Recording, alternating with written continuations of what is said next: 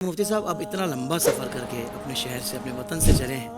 مکہ مکرمہ شریف تو پہنچ گئے، ہوٹل میں ظاہر بات ہے بندہ پہلے پہنچتا ہے۔ اس میں دو قسم کے تھاٹ ہیں عمرے کی ادائیگی کے حوالے سے۔ ایک وہ ہے جو کہتا ہے کہ بھائی قرض تھوڑی اتارنا ہے، ہم نے ذوق اور لذت کے ساتھ عمرے کے باقی اراکین ادا کرنے ہیں، ایک سرور کے ساتھ۔ اتنی تھکاوٹ میں وہ ذوق نہیں بنے گا، تو وہ کہتے ہیں کچھ آرام کر لیا جائے پھر عمرے کی ادائیگی کی جائے۔ اور کچھ احباب ہوتے ہیں وہ کہتے ہیں نہیں بھائی جلدی سے احرام کی پابندیوں سے آزاد ہونا ہے، بس ہم فریش ہیں، بس چلو بھائی ابھی کرتے ہیں۔ پھر وہ جیسے تیسے کر کے بھی بعض اوقات عمرہ پورا کرتے ہیں، کیونکہ پیچھے سفر ہے، بشری تقاضے کے تحت بندہ تھک جاتا ہے۔ تو حضرت کیا ارشاد فرماتے ہیں، کیا کیفیت ہونی چاہیے بیسیکلی جب بندہ کعبۃ اللہ شریف کے سامنے پہنچے، یعنی اللہ کے مقدس گھر کے سامنے وہ پہنچ گیا، اور وہ مقام کے جہاں دعائیں بھی قبول ہوتی ہیں، یعنی وہاں جا کر تو آنسو نہیں رکتے، حضور اپنے گناہ یاد آتے ہیں، ایک بندہ توبہ کی طرف مائل ہوتا ہے، رب کی بارگاہ میں رو رہا ہوتا ہے، گڑ گڑا رہا ہوتا ہے۔ کیفیت کیا ہونی چاہیے حضور، یہ بتائیے۔ یقیناً حافظ صاحب، یہ جو موقع ہوتا ہے کہ جس میں انسان مکہ مکرمہ پہنچ جاتا ہے، چاہے وہ پہلی دفعہ گیا ہو، چاہے وہ 100ویں دفعہ گیا ہو، آئے ہائے ہائے، یہ وہ لمحات ہوتے ہیں کہ جس میں انسان ہے نا بے چین ہو رہا ہوتا ہے کہ اب میں نے مکہ مکرمہ میں کعبہ مشرفہ کا دیدار کرنا ہے۔ آئے ہائے، اور جب آپ دیدار کرنا چاہ رہے ہیں نا، تو آپ کی توجہ پھر کہیں اور نہیں ہونی چاہیے۔ اس کے لیے یہ والا جو طبقہ ہے نا جو کہتا ہے کہ ہمیں قرض نہیں اتارنا، اس کا موقف زیادہ مضبوط ہے۔ صحیح، کیونکہ وہ جو دوسرا ہے نا جو یہ کہہ رہا ہوتا ہے کہ بھائی جلدی سے احرام کی پابندیوں سے باہر آ جائیں، کہیں جرم نہ ہو جائے، کہیں یہ نہ ہو جائے، کہیں اور مسئلہ نہ ہو جائے، وہ در حقیقت اس پابندی سے باہر نکلنا چاہ رہا ہوتا ہے، اور وہ کیفیت کے اوپر توجہ نہیں دے رہا ہوتا،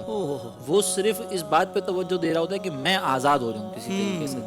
وہاں پہ آپ آزاد ہونے کے لیے تو گئے ہی نہیں ہے نا، وہاں پہ تو آپ اللہ تعالیٰ کی محبت میں گرفتار ہونے کے لیے گئے۔ کیا کہنے ہیں۔ اگر آپ آزاد ہونے کے لیے جا رہے ہیں پھر تو آپ اسی طرح کی کیفیت کے ساتھ جائیں گے۔ اور پھر ایسے افراد جو ہے وہ بعض اوقات آپ ادھر آ کر جملے سنیں گے نا تو وہ بھی کہتے ہیں کہ یار پہلا جو عمرہ تھا نا بڑی تھکن میں تھے تو اتنا مزہ نہیں آیا، بعد میں ہمیں مزہ آیا۔ جی یہ بھی ہوتا یعنی ہے۔ جب آپ عمرہ ادا کر رہے ہیں اور اس کے جواب میں آپ آنے کے بعد یہ کہہ رہے ہیں کہ پہلے عمرے میں مجھے مزہ نہیں آیا، تو اس میں قصور حضرت عمرے کا نہیں تھا، قصور آپ کا تھا کہ آپ جو ہے وہ پہلی دفعہ اتنے جذبے کے ساتھ چلے گئے کہ آپ نے نہ اپنے ذوق کا خیال کیا نہ آرام کا خیال کیا۔ صحیح، اس میں ہونا یہ چاہیے کہ آپ جلد بازی کے اندر نہ جائیں،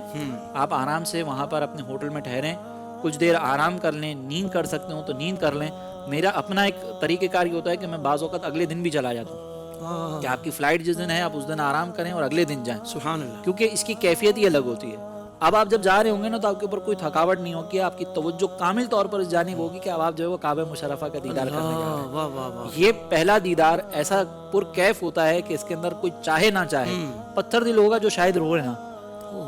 باقی جو ایسا ہوتا ہے نا وہ جا کے وہ کہتا ہے کہ کعبے پہ پڑی جب پہلی نظر،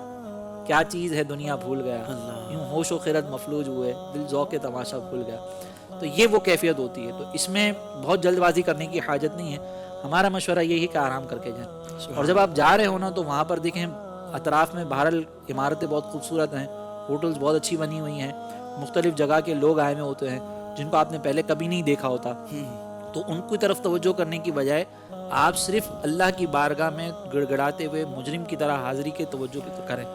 اور نگاہوں کو جھکاتے ہوئے جائیں۔ پھر جب آپ مسجد حرام کے قریب پہنچیں تو نبی کریم علیہ الصلوۃ والسلام کا طریقہ کار یہ تھا کہ سرکار مدینہ صلی اللہ علیہ وسلم باب السلام سے تشریف لے جاتے تھے۔ یہ باب السلام جو ہے وہ آپ وہاں پر معلوم کر لیجئے گا ویسے، لیکن جب آپ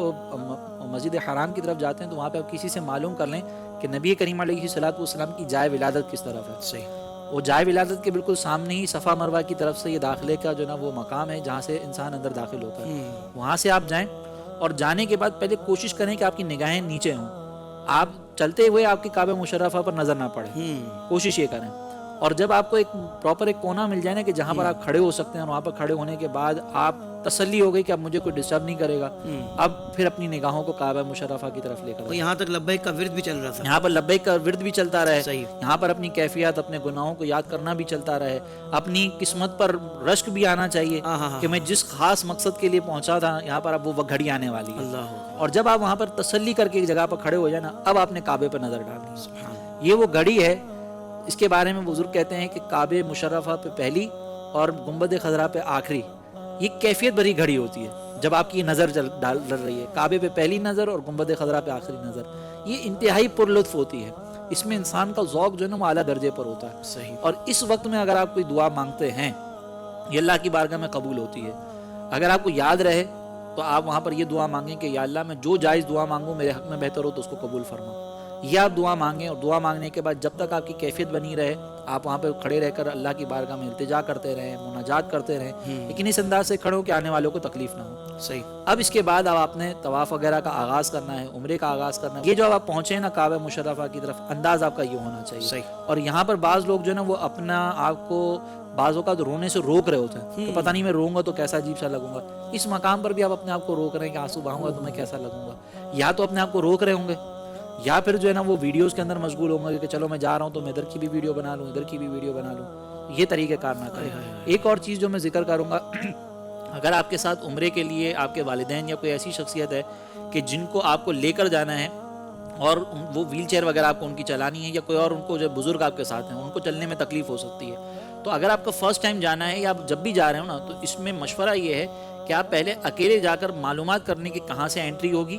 کہاں سے ہمارا داخلہ ملے گا, اور کہاں پر ہمیں اپنے جوتے وغیرہ سیف رکھنے کا موقع مل جائے گا, تاکہ جب آپ ان کو لے کر آئیں نا اپنے ساتھ تو آپ کو پریشانی نہ ہو. کیونکہ فرسٹ ٹائم جانے کے بعد وہاں پہ چیزوں کو سمجھنے میں تھوڑا سا ٹائم لگتا ہے. اگر آپ پہلے خود جا کر جو جوان لوگ ہوں گے وہ خود جا کر ساری معلومات لے لیں گے, اب بزرگوں کو ساتھ لائیں گے نا تو بزرگ بھی پریشان نہیں ہوں گے, اور ان کی وجہ سے آپ کو بھی پرابلم نہیں ہوگی. تو آپ پہلے خود جا کے وہاں پہ چیزوں کا سروے کر لیں اور پھر عمرے کے لیے آپ روانہ. باب السلام اوپن ہے بھی کہ نہیں, کیونکہ حضرت آپ آج کل ظاہر بات ہے داخلی راستے اور خارجی راستے جی مختلف, جی بالکل, تو مطلب یہ کہ متعین کر دیے گئے ہیں. ہاں یہ بھی معلوم کر لیں کہ کون سا راستہ پہلے فلور کی طرف چلا جاتا ہے, کون سا راستہ مطاف کی طرف جاتا ہے, تو پہلے جا کر ساری معلومات اکٹھی کر لیں, پھر اپنے ساتھ کوئی بزرگ وغیرہ کو لے کر جانا چاہیں تو لے کر جائیں. صحیح. اور اس میں یہ بھی ہو سکتا ہے کہ آپ پہلے خود اپنا جو ہے نا وہ عمرہ کر لیں, بعد میں بزرگوں کو عمرہ کروا لیں, تو اس طریقے سے بھی اپنے سیٹلمنٹ ہو سکتی ہے.